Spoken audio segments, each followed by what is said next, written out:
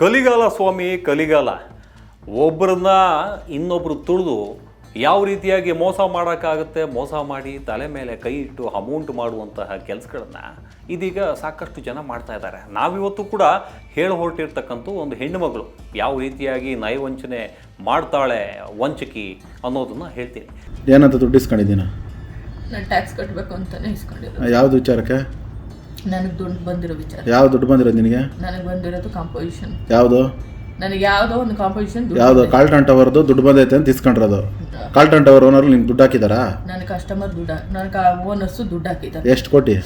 ನನಗೆ ಎಷ್ಟು ಅದು ನಿನ್ನ ದುಡ್ಡು ಬರೋಷ್ಟು ನಿಮ್ಮ ಹತ್ರ. 3,80,00,000 ನನ್ನ ಹತ್ರ ದುಡ್ಡು ಇಸ್ಕೊಂಡಿದ್ಯಾ? ಹೌದು.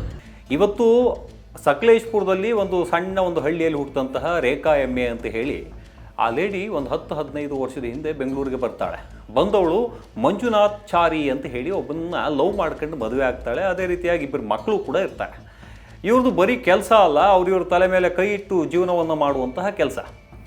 ಹೆಂಗೆ ರೇಖಾ ಎಮ್ಮೆ ಅನ್ನೋಳು ಈ ಹಿಂದೆ ಸಾಕಷ್ಟು ಕೇಸಲ್ಲಿ ತಗಲಾಕೊಂಡು ಇನ್ನೂ ಕೂಡ ಕೇಸ್ಗಳನ್ನು ಹ್ಯಾಂಡಲ್ ಮಾಡೋಕ್ಕಾಗದೆ ಒದ್ದಾಡ್ತಾ ಇರ್ತಕ್ಕಂಥವ್ಳು.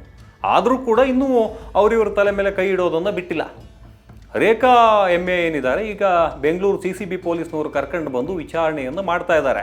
ಒಟ್ಟು ಈಗ 14 ಕೋಟಿಯಷ್ಟು ಅಮೌಂಟ್ಗಳನ್ನು ಇವರಿಂದ ಸುಲಿಗೆ ಮಾಡಿರ್ತಕ್ಕಂಥ ಕೇಸ್ಗೆ ಸಂಬಂಧಿಸಿದಂತೆ ಈಗ ಅವ್ರನ್ನ ಕರ್ಕೊಂಡು ಬಂದು ವಿಚಾರಣೆ ಮಾಡುವಂತಹ ಕೆಲಸವನ್ನು ಮಾಡ್ತಾ ಇದ್ದಾರೆ. ಆದರೆ ಈವರೆಗೂ ಕೂಡ ಯಾವುದೇ ರಿಕವರಿ ಆಗುವಂತಹ ಕೆಲಸಗಳಾಗಿಲ್ಲ. ಯಾಕಂದರೆ ಸಿವಿಲ್ ಮ್ಯಾಟ್ರನ್ನ ಹ್ಯಾಂಡಲ್ ಮಾಡೋಕ್ಕಾಗಲ್ಲ. ಈ ವಂಚನೆ ಕೇಸನ್ನು ತಗೊಂಡಂಥ CCB ಪೊಲೀಸ್ನವ್ರು ಕರ್ಕೊಂಡು ಬಂದು ಆವಾಗ ವಿಚಾರಣೆ ಮಾಡೋ ಕೆಲಸಗಳನ್ನು ಮಾಡ್ತಾರೆ. ಈ ಹಿಂದೆ ಬಾಣಸ್ವಾಡಿ ಇರ್ಬೋದು, KR ಪುರಂ ಇರ್ಬೋದು, ಪೊನ್ನಂಪೇಟೆ ಇರ್ಬೋದು, ಇದೇ ಬೇರೆ ಬೇರೆ ಭಾಗದಲ್ಲೂ ಕೂಡ ಯಾವ್ಯಾವ ಸ್ಟೇಷನ್ ಇದೆ, ಇಡೀ ಕರ್ನಾಟಕದಲ್ಲಿರ್ತಕ್ಕಂಥ ಸ್ಟೇಷನ್ಗಳಿಗೆ ಈಕೆ ಬೇಕಾದಂಥ ವಂಚಕಿ ರೇಖಾ ಹಾಗೆ ಆತನ ಗಂಡ ಏನಿರುತ್ತೆ ಮಂಜುನಾಥ್ ಆಚಾರಿ, ಅವನು ಇಬ್ಬರು ಕೂಡ ಸೇರ್ಕೊಂಡು ಈ ರೀತಿಯಾಗಿ ಮೋಸ ಮಾಡ್ತಾರೆ. ಯಾವ ರೀತಿಯಾಗಿ ಮೋಸ ಮಾಡ್ತಾರೆ? ಕಾಲ್ಟನ್ ಟವರ್ ಅಂತ ಹೇಳಿ 2009-2010ರಲ್ಲಿ ಮಣಿಪಾಲ್ ಹಾಸ್ಪಿಟ್ಲ್ ಏನು ಬರುತ್ತೆ ದೊಂಬಲೂರು ಭಾಗದಲ್ಲಿ, ಆ ಒಂದು ಜಾಗದಲ್ಲಿ ಆ ಕಾಲ್ಟನ್ ಟವರಲ್ಲಿ ಬೆಂಕಿ ಕಾಣಿಸ್ಕೊಳ್ಳುತ್ತೆ. ಬೆಂಕಿ ಕಾಣಿಸ್ಕೊಂಡು ಅಲ್ಲಿ 9 ಜನ ಸಜೀವ ದಹನ ಆಗ್ತಾರೆ. ಅದರಲ್ಲಿ ಆಕೆ ಒಂದು ಅಕೌಂಟ್ಸ್ ಡಿಪಾರ್ಟ್ಮೆಂಟ್ನಲ್ಲಿ ರೇಖಾ ಕೆಲಸ ಮಾಡ್ತಾ ಇದ್ದೆ ಅಂತ ಹೇಳಿ ಹೊರಗಡೆ ಹೇಳ್ಕೊಂಡು ಬರ್ತಾಳೆ. ಅದರಲ್ಲಿ ನಾನು ಪ್ರಮುಖವಾಗಿರ್ತಕ್ಕಂಥ ಸಾಕ್ಷಿಯಾಗಿದ್ದೆ. ಆ ಸಾಕ್ಷಿಯನ್ನು ನಾವು ಹೊರಗಡೆ ಕಳಿಸ್ಬೇಕು ಅನ್ನೋ ಕಾರಣಕ್ಕೋಸ್ಕರ ಅಲ್ಲಿರ್ತಕ್ಕಂಥ ಓನರ್ಸ್ಗಳು, ಜೈನ್ ಓನರ್ಸ್ಗಳೇನಿರ್ತಾರೆ, ಕಾಲ್ಟನ್ ಓನರ್ಸ್ಗಳು ನೇರವಾಗಿ ಇವಳಿಗೆ 25 ಕೋಟಿಯಷ್ಟು ಅಮೌಂಟ್ಗಳನ್ನು ಹಾಕಿದ್ರು. ಅದಕ್ಕೋಸ್ಕರ ನಾನು ಹೊರಗಡೆ ಬಂದೆ, ನಾನು ಸಾಕ್ಷಿ ಹೇಳ್ದೇನೆ ಹೊರಗಡೆ ಬಂದೆ. ಆದರೆ 25 ಕೋಟಿ ಒಂದೇ ಸಮನೆ ಅಮೌಂಟ್ಗಳು ಬರ್ತಾ ಇದ್ದಂತೆ ನನಗೆ ಸಮಸ್ಯೆಗಳಾದವು. ಅಲ್ಲಿರ್ತಕ್ಕಂಥ ED, IT ಮತ್ತು CBI ಮತ್ತು RBI ಇರ್ಬೋದು, ಅದೇ ರೀತಿಯಾಗಿ CCB ಪೊಲೀಸ್ನವರು ನನ್ನ ಅಕೌಂಟನ್ನು ಫ್ರೀಸ್ ಮಾಡಿದರು. ಈ ಫ್ರೀಸ್ ಆಗಿರ್ತಕ್ಕಂಥ ಅಮೌಂಟ್ ಸಂಬಂಧಪಟ್ಟ ಹಾಗೆ ನನಗೆ ಸಾಕಷ್ಟು ಸಮಸ್ಯೆಗಳಾಗಿ ನಂತರದಲ್ಲಿ ನಾನು ಈಗ ಒದ್ದಾಡ್ತಾ ಇದ್ದೀನಿ. ಈ ಅಮೌಂಟ್ಗಳನ್ನು ಬಿಡಿಸ್ಕೊಂಡ್ರೆ ನಾನು ಸೇಫ್ ಆಗ್ಬೋದು, ಆ ಅಮೌಂಟ್ಗಳನ್ನು ಬಿಡಿಸೋಕೆ ನೀವು ಅಮೌಂಟ್ಗಳನ್ನು ಕೊಡಿ ಅಂತೇಳಿ ಸಾಕಷ್ಟು ಜನರಿಗೆ ನಾನು ಫ್ರೀಯಾಗಿ ಲೋನ್ ಕೊಡಿಸ್ತೀನಿ, ಅದು ಮಾಡ್ತೀನಿ, ಇದು ಮಾಡ್ತೀನಿ ಅಂತೇಳಿ ಮೊದಲಿಗೆ ಕರೆಸ್ಕೊಂಡು ಕಾಲ್ಟನ್ ಟವರ್ನ ಕತೆಗಳನ್ನು ಹೇಳೋಕ್ಕೆ ಶುರು ಮಾಡ್ತಾಳೆ. 25 ಕೋಟಿ ಇಷ್ಟಕ್ಕಾಗಿದೆ, ಆ ಅಮೌಂಟ್ಗಳನ್ನು ಬಿಡಿಸ್ಬೇಕು ಅಂತ ಹೇಳಿದ್ರೆ ನೀವು ಇಷ್ಟಿಷ್ಟು ಅಮೌಂಟ್ಗಳನ್ನ ಕೊಟ್ಟರೆ ನಾನು ಪ್ರೊಸೆಸಿಂಗ್ ಚಾರ್ಜಸ್ ಯಾರ್ಯಾರಿಗೆ ಎಷ್ಟೆಷ್ಟು ಕೊಡಬೇಕು ಅಷ್ಟು ಕೊಟ್ಟು ನಂತರದಲ್ಲಿ 25 ಕೋಟಿಯನ್ನು ಬಿಡಿಸ್ಕೊಂಡು ಬಂದು ನಿಮಗೆ 2 ಕೋಟಿ ಕೊಟ್ಟರೆ 4 ಕೋಟಿ ಕೊಡ್ತೀನಿ, 4 ಕೋಟಿ ಕೊಟ್ಟರೆ 10 ಕೋಟಿ ಕೊಡ್ತೀನಿ, 10 ಕೋಟಿ ಕೊಟ್ಟರೆ ನನ್ನಲ್ಲಿರ್ತಕ್ಕಂಥ 25 ಕೋಟಿನ ಕೊಡ್ತೀನಿ ಅಂತ ಹೇಳಿ ನಾಟಕ ಆಡೋಕ್ಕೆ ಶುರು ಮಾಡ್ತಾಳೆ. ಇನ್ನು ಕೆಲ ವಂಚನೆಗಳು ಬರೀ ಇಷ್ಟಕ್ಕೆ ಅಲ್ಲ, ಬೇರೆ ರೀತಿಯಲ್ಲೂ ಕೂಡ ವಂಚನೆ ಮಾಡೋಕ್ಕೆ ಶುರು ಮಾಡ್ತಾಳೆ. ಹೇಗೆ ಅಂದರೆ ತಾನು ಶೇರ್ ಚಾಟೋ ಅಥವಾ ಈ ಒಂದು ವೈವಾಹಿಕ ವಿಚಾರಕ್ಕೆ ಸಂಬಂಧಪಟ್ಟ ಹಾಗೆ shaadi.com ಅಂತ ಏನಿರುತ್ತೆ ಅಲ್ಲೆಲ್ಲ ತನ್ನ ಒಂದು ಪ್ರೊಫೈಲ್ಗಳನ್ನು ಹಾಕಿ ನಾನೊಬ್ಬಳು ಅನಾಥೆ, ನನಗೆ ಎಲ್ಲೂ ಕೂಡ ದಿಕ್ಕಿಲ್ಲ, ನಾನು ಯಾವ ರೀತಿಯಾಗಿ ಬದುಕಬೇಕು ಅಂತ ಗೊತ್ತಿಲ್ಲ ಅಂತೇಳಿ ಹೇಳ್ಕೊಂಡು ಫಸ್ಟ್ಗೆ ಯಾವುದೋ ವ್ಯಕ್ತಿಗಳ ಜೊತೆ ಅಲ್ಲಿರ್ತಕ್ಕಂಥ ಪ್ರೊಫೈಲ್ಗಳು ಮ್ಯಾಚ್ ಆಗ್ತಾವಲ್ಲ ಅವ್ರ ಜೊತೆ ತನ್ನ ಕಷ್ಟಗಳನ್ನೆಲ್ಲ ಹೇಳ್ಕೊಳ್ಳುವಂಥ ಕೆಲಸಗಳು ಮಾಡ್ತಾಳೆ. ನಂತರದಲ್ಲಿ ಆಕೆ ಆತನನ್ನು ಆ ವ್ಯಕ್ತಿಯನ್ನು ಕರ್ಕೊಂಡು ಹೋಗಿ ನಾನು ಪ್ರೆಗ್ನೆಂಟ್ ಆಗಿದ್ದೀನಿ, ನನಗೆ ಈ ಮದುವೆ ಇಷ್ಟ ಇಲ್ಲ, ನಾನು ನಾಳೆ ಹೋಗಿ ಕಂಪ್ಲೇಂಟ್ ಕೊಡಬೇಕು ಅಂತಿದ್ದೀನಿ, ಒಂದು ಅತ್ಯಾಚಾರ ಪ್ರಕರಣವನ್ನು ಕೊಟ್ಟರೆ ನೀನು ಲೈಫ್ ಲಾಂಗ್ ಜೈಲಲ್ಲಿ ಇರ್ತೀಯ ಅಂತೇಳಿ ಹೆದರಿಸಿ ನಂತರದಲ್ಲಿ 45-50 ಲಕ್ಷದಷ್ಟು ಅಮೌಂಟ್ಗಳನ್ನು ಕಿತ್ತಿರ್ತಕ್ಕಂಥ ಕಂಪ್ಲೇಂಟ್ಗಳು ಕೂಡ ದಾಖಲಾಗಿದ್ದಾವೆ. ಅದು ಬಾಣಸ್ವಾಡಿ ಪೊಲೀಸ್ ಠಾಣೆಯಲ್ಲಿ ಹಿಂದೆ ದಾಖಲಾಗಿತ್ತು. ಇವಳು KR ಪುರಂನಲ್ಲಿ ಒಂದು ಅಯ್ಯಪ್ಪ ನಗರ ಅಂತಿದೆ, ಅಲ್ಲಿ ವಾಸವಾಗಿರ್ತಾಳೆ. ಅದೇ ರೀತಿಯಾಗಿ ಓವರಾಲ್ ಆಗಿ ಒಂದು 50-60 ಜನರಿಗೆ ಇದೇ ರೀತಿಯಾಗಿ ಮೋಸ ಮಾಡಿ ಒಂದು 50-60 ಕೋಟಿಯಷ್ಟು ಅಮೌಂಟ್ಗಳನ್ನು ಕಿತ್ಕೊಂಡು ಅದು ಎಲ್ಲಿ ಇಟ್ಟಿದ್ದಾಳೆ, ಏನು ಮಾಡಿದ್ದಾಳೆ ಅಂತ ಗೊತ್ತಿಲ್ಲ. ಈಗ CCB ಪೊಲೀಸ್ನವರು ಇನ್ವೆಸ್ಟಿಗೇಷನ್ ಶುರು ಮಾಡಿದ್ದಾರೆ.